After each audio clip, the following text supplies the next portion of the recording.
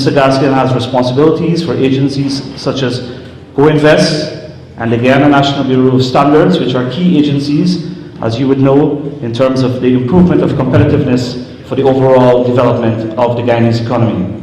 Ladies and gentlemen, please assist me in welcoming the Honourable Dominic Gaskin to the podium.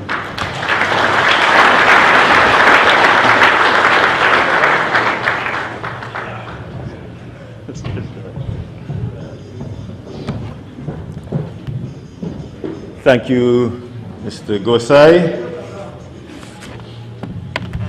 Distinguished guests, ladies and gentlemen, members of the media, good morning to you all.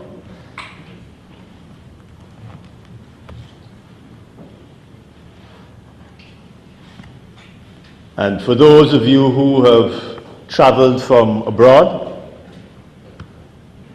I'd like to welcome you to Guyana.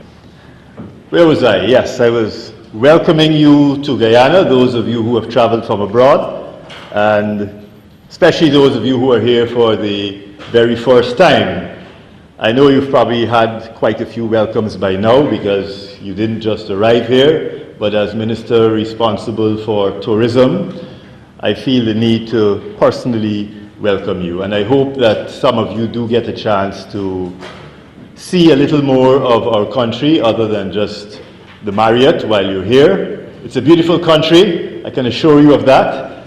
And if you're not able to do so this time around, do come again, perhaps not for business, but just for relaxation. Like I said, it's a beautiful place.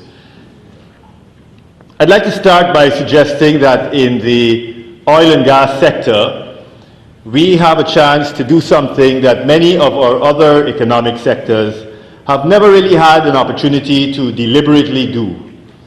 And that is to do what is right for Guyana. While Guyana is no stranger to oil exploration, the commercial production of oil is something new for us. It hasn't yet begun, but unless this is all a big hoax, it certainly is about to happen. And it's important that we get it right. Most of our industries have evolved into what they are today without the benefit of this level of involvement and discussion taking place in the early stages.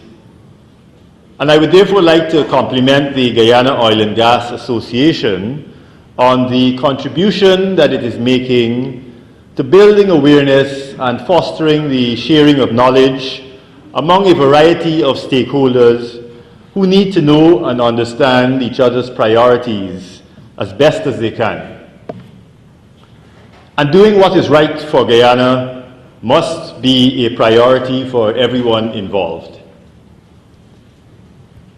In the grand scheme of things, 20 to 30 years is little more than the blink of an eye.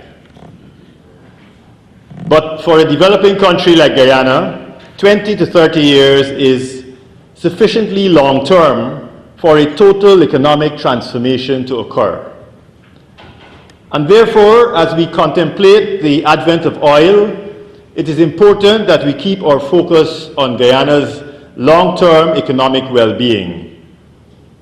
The transformation of Guyana's economy is imperative. Today, our economy is in transition.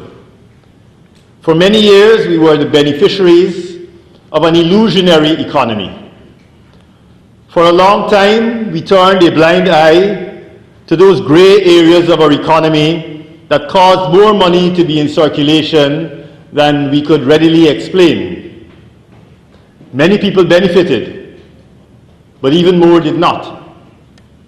During that period, we were unable to sufficiently stimulate and incentivize our productive sectors in order to broaden the base of our export earnings. And I would argue that it is difficult to incentivize businesses to invest in particular industries when you have a competing parallel economy enjoying benefits that no legitimate incentives program can match. What tax incentives can you offer to someone